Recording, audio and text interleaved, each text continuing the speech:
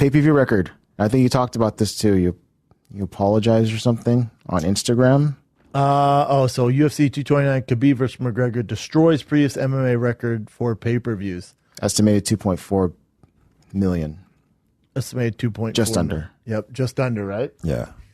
Yeah, when I not even I just admitted I was wrong. So I didn't think, I thought it would do around 1.6, something like that. Just wrong. I don't think I took into account how exactly big of a megastar Conor is. And I thought illegal streaming would also play a huge factor into it, just because the younger demographic, that's what they're doing. People are streaming a shitload of it, and I thought that would hurt pay-per-view numbers. I was wrong, and thank God, because now Khabib and Conor get paid. Yeah, I want that. It's not a matter of me hating or anything like that. In the circle I'm in, the world I run in, I just thought, God, I didn't feel the same buzz as I did for the Floyd Mayweather fight. But again, maybe, Conor's moved the bar so high up when it comes to fight hype and pre-hype that it's so high up when it's not there. I was like, God, this isn't, usually there's something more here going on here, and, doesn't need to do it. And this actually helps Conor in his future negotiations, how much media he's going to do, because he didn't do much at all for this fight. True. It's the biggest fight ever. So when they go, dude, we need you to do this world tour when you fight Tony Ferguson or Nate Diaz, and like, nah, man, why? I barely did any media, and it's the biggest of all time. Because they can say, dude, it's only put more money in your pocket. Well, last time I didn't do it, and it was the biggest of all time. So this is a good thing. This isn't me like bowing down. Like there's nothing wrong with being wrong. And like I said, good thing I was wrong. Good thing, man. And that rematch can be bigger than that. I wonder how many of Khabib's fans are responsible for this too. He has a big following. Huge following. Yeah. What, 4 million followers on Instagram?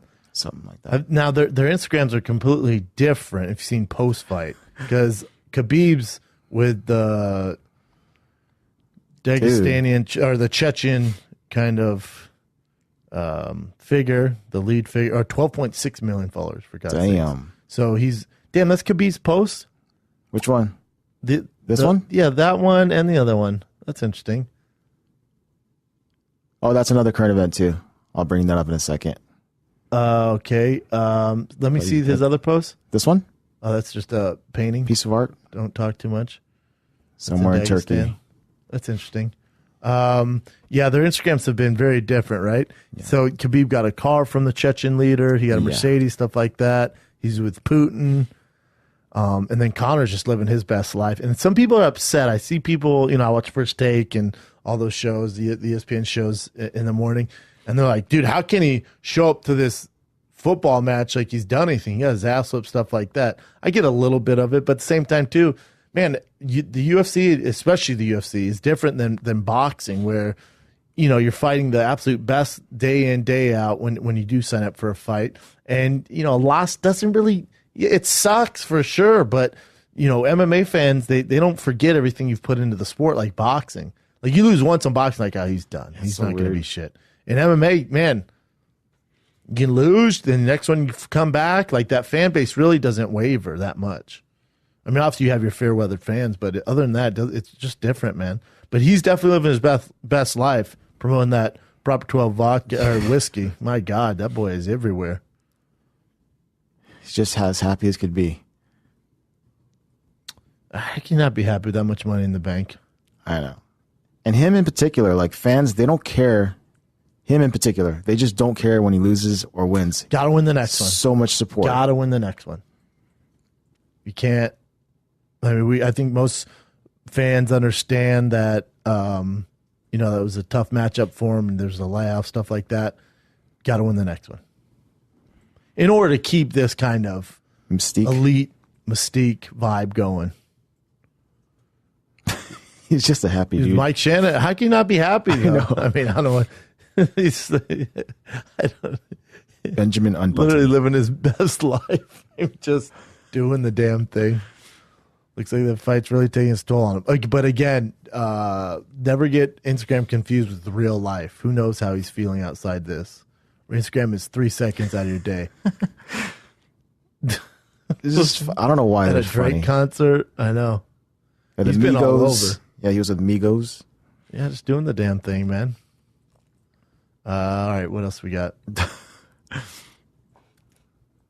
Let's go here. Oh, so you talked about this on TFATK, but you want to cover some of this over here? Sure. So Khabib Nurmagomedov's ultimatum to the UFC that if they cut that guy Zabir something, his teammate, that he'll quit. So we know that his teammate's not fighting Artem Lobov because Replaced. Michael Johnson is fighting him, Michael which Johnson. is a tough fight for Artem. Fun fight, though, either way. So we know that's not happening. Now, we haven't found out if they've stuck by the cutting. You know, if the UFC, you can't let, the inmates run the asylum. So I don't know what you do here because, with a lot of guys, when I say a lot, I'm going to say 99.9999% of fighters in the UFC, when you have a problem with the UFC, especially if you're at a world championship level or you're a big name in the sport and you have an issue, they'll call you behind the scenes and they're going to figure something out to make sure it's worth your time, whether it's money, a main event, something, a new sponsor. There's something they're going to do to make sure you pipe down. With Khabib, there's not an amount, I don't think, that they could call him with and try to go, all right, listen, we're going to cut him, but we're going to give you this amount of money. You're just dealing with a guy who does not care about fame, does not care about money. So for the first time, there's a lot of guys who call the UFC bluff. Hey, I'm not going to fight, or I'm not going to do this if you don't do this. And it's never worked out. Look at the Nate Diaz-Dustin Poirier. Obviously, in hindsight, it's a good thing they didn't because Nate Dustin pulled out, which is such a fucking bummer. We'll get to that. But with him pulling out, but remember when Nate and Dustin tried forcing the UFC's hand for a 165-pound division? That makes all the sense in the world. But when you let the inmates try to force you to do something, you go down a weird road. So the UFC, even though it probably been good for business at the time, in hindsight, it's like, nope, not happening, man. Yeah, that would be good, not happening though. So with Khabib, I don't know what you do. It's a tough situation because also with this.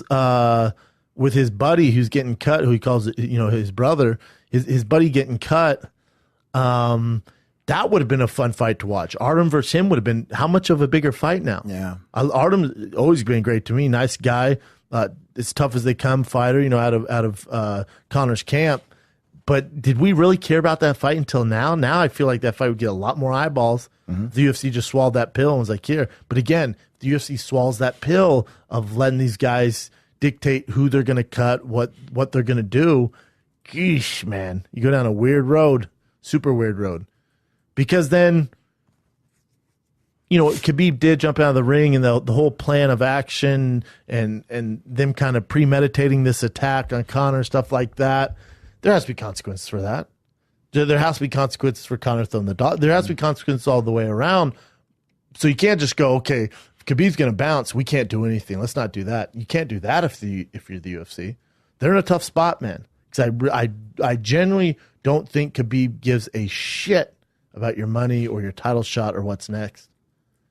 I said, Josh Thompson came on here and we've had these talks behind the scenes too. He thought Khabib, no matter what, was going to retire. Yeah. He's like, I think he's done, which I found fascinating, fascinating. Yeah. I don't know what you do. They're in a tough spot. This guy in particular is a tough one too because Khabib? No, his buddy that got cut, or supposedly cut. If it was just like what Conor was doing, like defending himself or even attacking from the front, it'd be one thing. But because he did it, from the back, that's what made it like you kind of have to let the guy go, right?